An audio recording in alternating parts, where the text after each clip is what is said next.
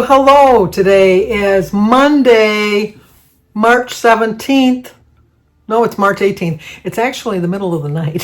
I thought I'd get this video up and I'll have it edited and ready to post before like at 10 o'clock. I'll probably still be in bed because it's late. It's dark 30. It's really late. It's not early. Well, it could be early in the morning. It's after midnight. We'll just put it that way. But anyway, it's time for our weekly meeting highlights. This week it's called A Surprising Way to Make Healthy Choices Easier. I usually start off telling you how I did on my weigh-in on Weight Watchers on Thursdays. I did not go this past Thursday. I just wasn't feeling good. I was having a just not feeling good day. It had nothing to do with how I thought I did the week before on my weight loss. I really wasn't feeling well. I felt better Friday. I think it was all part of the time change, and my body just reacts really weird. I will not be going this week because on Thursday we're celebrating my daughter's birthday, which was the 11th. But we're having our family dinner on Thursday, so I'm going to miss a meeting again this week. So I will tell you that I've been doing very well on my diet, because it is a diet. I've been doing really well, making very smart choices. Haven't been eating out for Lent. I did eat out yesterday, or tonight, or yesterday, however you want to say it, a few hours ago, because Jim and I had gone to see To Kill a Mockingbird with Richard Thomas at the Fisher Theater in Detroit. And then we went to the Texas Roadhouse for dinner because it was Sunday. I don't follow Lenten traditions during Sundays during Lent. And so we just made a day of it. And since I had such a heavy meal later in the day, I kind of wanted to stay up a little bit later than I normally do.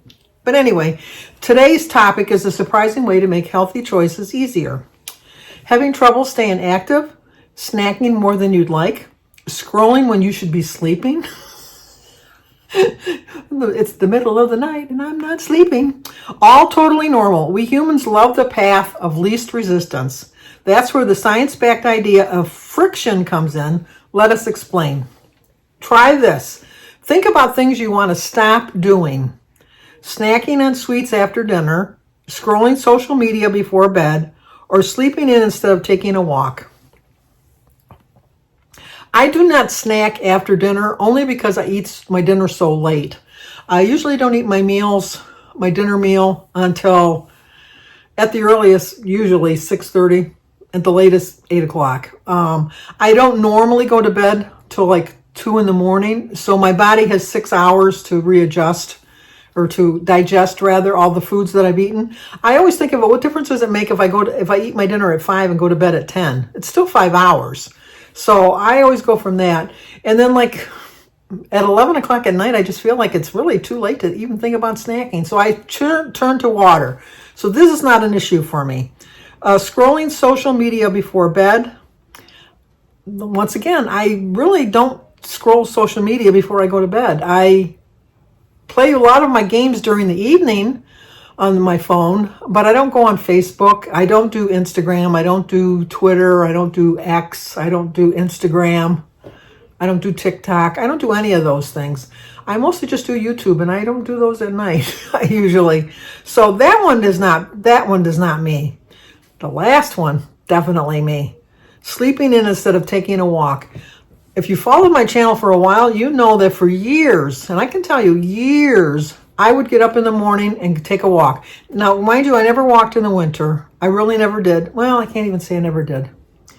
Because I did at the beginning when I was a little bit sprier, a little bit younger, a little bit more steady on my feet. I didn't have balance issues like I have now. I would walk even if it was a little snowy or icy because the cold never bothered me. I have videos that you can go in my past videos, and it would be like 2. And I'd be out there walking because the cold, it was never what kept me from walking. And it's still not what keeps me from walking. What keeps me from walking is the fear of falling. And I know there are things I can put on my shoes to keep me from falling. And I know there are walking sticks I can use. It still doesn't alleviate the fear that I have of falling because I don't want to break a hip. I'm 73 and the last thing I want to do is break a bone. So I don't walk. I have been walking on a treadmill in the gym a couple days a week. I did buy a walking pad. I had a little disastrous, and I'm afraid to get back on it. And I never like to admit that I'm afraid to do something, But of this thing, I'm acknowledging I'm afraid to get on it. I really am. And I look at it every morning when I'm opening up the blinds when I go through the guest bedroom, and I think today's the day I'm going to get on it. But then I have that fear. I will overcome it, but I don't know when. But so for me, of those things, I would say the getting up to go for a walk. Number 2 is, how does your space make it easier to do the things how does the space make it easier to keep doing those things? Cookies are kept in the front and the center of the pantry. My phone is always next to me in my bedroom. I can snooze my alarm and quickly fall back asleep. Okay, I have 3 cookie jars. I have like it's like a, I can't even, sometimes it's like on a little rack, and it's 3 jars, and they're weird. I don't know if I could probably take a picture of them. I don't know that I will, but anyway, I have like 3 different types of cookies in the cookie jars. I am not tempted by a store-bought cookie, but I like to have cookies for when my family comes over. Not that they need cookies, but it's not for me to decide what they're going to eat. And I don't want them to come to Grandma's house and say, oh, we got to go to Grandma's house. I don't have any memory of a grandma, so I can't even go from there. But I don't want to have my grandkids say, oh, we got to go to Grandma's house. And what's she going to have? We're going to have a box of raisins, or we can have an apple, or we can have an orange.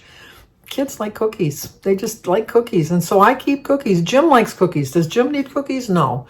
If I didn't buy them, would Jim buy them? Oh, yeah, he would. Because Jim and I go grocery shopping together, and he puts cookies in the cart. So I do, but I am not tempted by a store-bought cookie. Now, you go to Crumble's Cookie, or we have another place called Dirty Dough Cookie, which is a cookie which is stuffed. Or if we go to BJ's, which is like a Sam's Club, and they have a chocolate chip cookie, those are going to tempt me. Every time, those are going to tempt me. A homemade chocolate chip cookie, any kind of a homemade cookie, that's going to tempt me. So I don't keep them around. Those I definitely don't keep around because they do tempt me. My phone is always next to me in my bedroom. My phone is always next to me in my bedroom. But when I go to bed, I turn the phone upside down so that if it lights up during the night, like if you get a text or a phone call or something like that, I don't see the light. But I have it there because I'm the oldest in the family. I'm the matriarch of the family.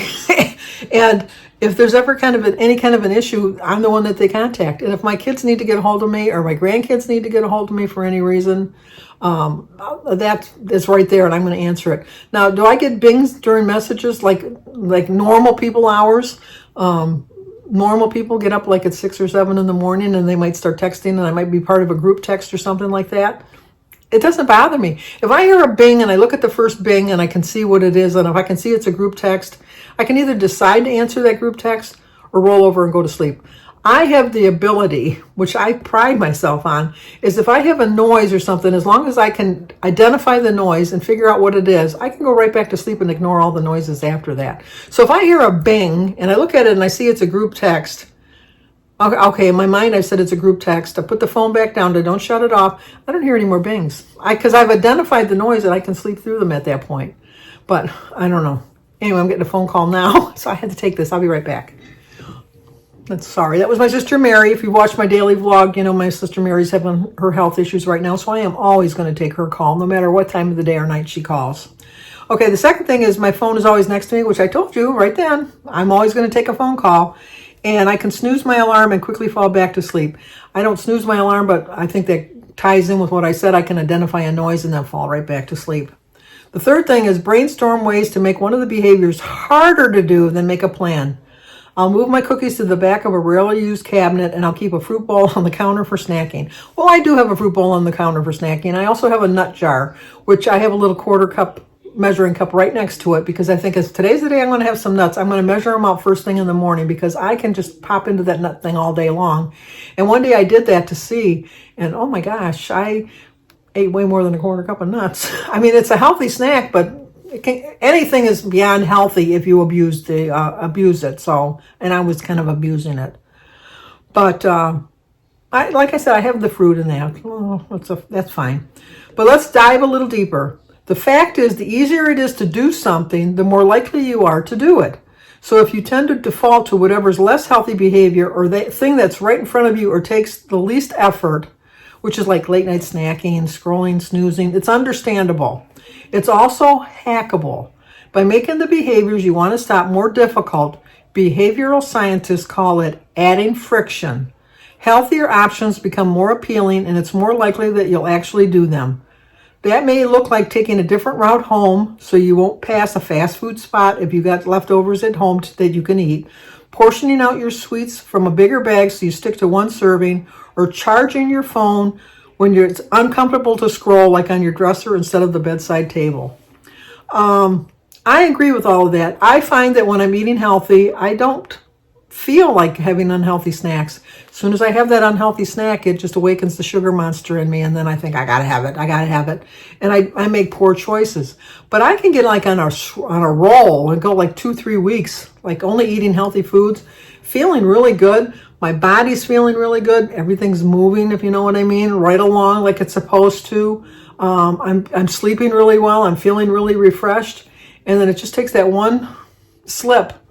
And then I forget everything. And then it takes me weeks to get back on track. So I need to add that friction like they're talking about. And I do get like, sometimes I do spend the extra money, like with the nuts. That's a prime example. I can buy little packages of nuts that are just 1 ounce. And they cost a little bit more, but it keeps me in check. It really does. Because even with a 1/4 cup, sometimes I kind of have it a little heaping, and in my mind I'm thinking I'm eating a 1/4 cup, and maybe I'm eating a little more than a 1/4 cup. Maybe I'm eating a 1/4 plus an eighth, which would be what? 4/8, 5/8 of a cup. 5/8 of a, well, you know what? I'm only saying I'm eating a 1/4 cup, and I'm really eating 5/8 of a cup. And that extra eighth of a cup is adding up some points. So maybe not a lot of points, but it's adding up. And then if I really want, which I do this, I am a sucker for a Dorito or a Cheeto. I love Doritos and Cheetos. I cannot buy those and portion them out into little snack bags, because what I do is I put them on the scale, and you don't have it exact, and without even thinking, I pop them in my mouth. So I can probably eat 2 or 3 bags of, maybe not that much, but I can eat a lot while I'm portioning it out. So I do have a box of those kind of snacks, but I have them way out of sight, because almost to the point that sometimes I forget I even have them, which is good. But, and I don't buy like a big jumbo. I don't go to like Sam's Club or anything like that, because that's ridiculous, because I'd have to eat them every day before they'd go stale. I guess to get like in the grocery store, you can get like a little 12-pack or something like that.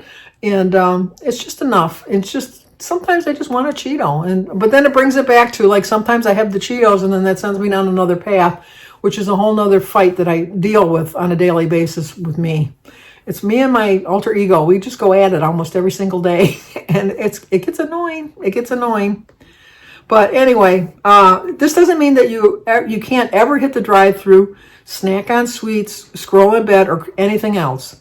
Just think of it as a strategy, as a way to interrupt the automatic and natural desire to do what's easy in the moment, and nudge yourself toward what will help you reach your goals in the long run. We're always going to go for the easier fix. If you're anything like me, we're always going to go for the easier fix. Sometimes you just don't feel like cooking. I have reached a point in my life that I'm thinking, why is it my job to make sure that what's for dinner? It's just Jim and I. He's a grown-ass man. He's an adult. He doesn't need me to cook his dinner. When my family was growing up, yeah, I had that responsibility. I didn't work. That was my job, was to keep the house clean, do the laundry, make sure the meals were on the table, make sure the kids got their homework done and all that. My kids are grown. My youngest just turned 43. So I have put in my time making now that's not to say that sometimes that I don't mind cooking. I mean, I don't mind cooking. I like to cook every once in a while. But I am not the Susie homemaker that wants to cook every single day. And I let Jim know in the morning when I get up, I don't feel like cooking dinner tonight, so you're on your own. You can make something, or you can make something for both of us, or you can just make a sandwich, because I just don't feel it's my responsibility anymore. And I don't even know how I got on this rant, but sometimes it's just easier just to pick up fast food. It really is just easier to pick up fast food. But in the long run, it's way cheaper to make it at home. It really is. And through Lent, not eating out, it's really saved some money on my budget, my food budget. And not to say that I've made a lot of meals, but I've made some I've made healthy choices. I've made some unhealthy choices too along the way, but I still think I'm on an okay path. But like I said, I didn't go to this week. I'm not going this. I didn't go last week. I'm not going this week, but I'm definitely going to be going next week, and I will have a loss next week. I know that because I'm back on track again. I know it's like a roller coaster with me. I'm up and down and up and down and going all around, following the same thing. But I'm determined not to give up, so I will not give up. But let me know how you did. Let me know what are some of your trigger foods. And even sometimes healthy foods can be trigger foods for you. Like I said, nuts are a trigger food for me because I love nuts. Even though they're a healthy option, I love nuts. I can go crazy with them. Cheese. I love cheese. Once again, cheese is high in points, high in salt. It's high in sodium. But that's a downfall for me, cheese. So even though sometimes it's a healthy choice, you have to really look at the other options that you could do to replace them. So let me know which are some switch, like things that you switch out, because I'm kind of looking for some new interests to kind of switch my food around and see how it goes. But in the meantime, like, comment, subscribe, and share. I hope to see you back here again next week. If not, check me out on my daily vlog, but definitely come back next week and see how everything's going. Talk to you soon.